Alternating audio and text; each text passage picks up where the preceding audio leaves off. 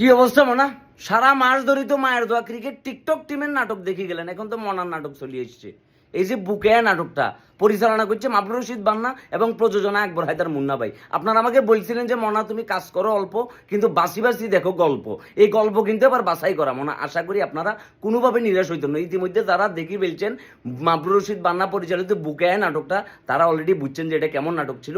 আমি চাই আপনারা ভিডিওটা দেখি, কমেন্টে থাকা লিঙ্কে ক্লিক করে আসতে করি নাটকটা দেখিয়ে আসেন। বাবুরে মায়ের দোয়া টিমরে সারা বছর সাপোর্ট দিছো, আর মনারা এখন সাপোর্ট দিতে না। মনা একখানা অ্যাক্টিং এটা করিবার লাগে গেছি, একখানা অ্যাক্টিং এটা শিখবার লাগে গেছি। যদিও আপনাদের সাপোর্টের কারণে আমি আজকে কিন্তু এই জায়গায়।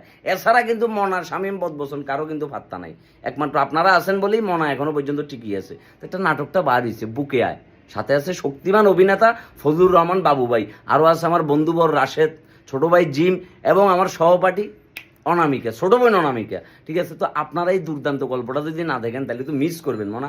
এই নাটকটার বাইরে কিন্তু আমার সামনে আরও একটা নাটক আসতেছে, যে গল্পটা কোনোভাবে মিস করা যাবে না। সেটা হচ্ছে মধ্যবিত্তের দিনরাত্রি।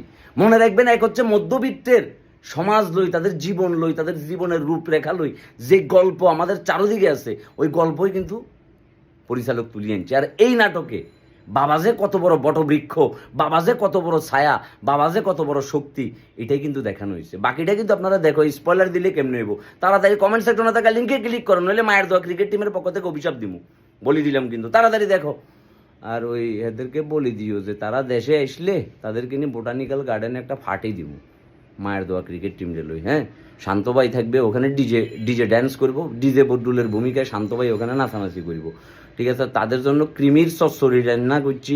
আর হচ্ছে তোমার এই কয় ফাঙ্গাস মাছের ভুনা, ফাঙ্গাস মাছের লেগ পিস রোস্ট করি, তারপর তাদেরকে খাওয়ামো।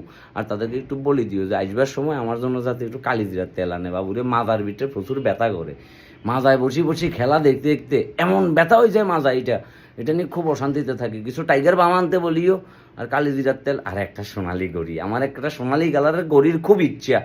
কত আত্মীয় স্বজন বিদেশে গেল, বিদেশ থেকে আসলো, কতজনরে বললাম যে বাবুরে আসবার সময় আমার একটা সোনালি কালারের গড়ি লইয়া। এখন তাদেরকে বললো, যেহেতু তাদের কোনো চাপ নাই, আজকের ম্যাচে যেহেতু আমরা পথে পথে হয়ে গেছি এবং বিমানের টিকিট যেহেতু আমরা কাটি ফেলছি, বিমানেও উড়ি যাবো, এখন তারা চাইলে আমার জন্য একটা সোনালি কালার ভাইয়া আনিও, ভাইয়া এটা আমি টাকা ফেরত দিয়ে দিব ভাইয়া। আমের সিজন শেষ হইলে, ম্যাঙ্গো লাভার্সের আম বেচা শেষ হইলে আমি এটা ফেরত দিয়ে দিব। আর মনা, আপনারা যাই একটু নাটকটা একটু দেখেন। নাটক কম করো প্রিয়। তোমরা যে তলে তলে মনার নাটকে আসত্য, সেটা ইউটিউবের কমেন্ট বক্স দেখলেই বোঝা যায় প্রিয়। তাড়াতাড়ি করে দেখে আসো।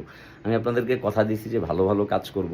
আমি প্রয়োজনে কাজ কমাই দিব, কিন্তু আমি চাইবো যে সুন্দর কিছু গল্পে কাজ করার জন্য, যে গল্প সোসাইটির একটা মেসেজ দিবে এন্ড অফ দ্য ডে। হ্যাঁ, তো আমি চেষ্টা করতেছি মনে। আমি জানি না কতটুকু অভিনয় কেমনে কী করছি, শক্তিমান অভিনেতার এগেনিস্টে অভিনয় করছি বাবু স্যারের বিপরীতে। তো আপনারা এই নাটকটা দেখেন, নাটকের কালার গ্রেডিং, নাটকের গল্পের গাঁথনি, নাটকের অভিনেতাদের অভিনয় সব কিছু মিলে আপনারা আলোচনা করেন কমেন্ট সেকশনে, আমি খুশি হব। এবং ইউটিউবে নাটকটা দেখার পর ইউটিউবে একটা কমেন্ট করে আসবেন ভালোবাসা মনে, ভালোবাসা নিও প্রিয়। আর তাদেরকে বলো আমাকে একটা গোল্ডেন কালারে ঘড়ি দিতে খুব ইচ্ছা। এটা কই দেয়া আমি কারণ রাজার ঘুরবো, ধন্যবাদ বেচবো।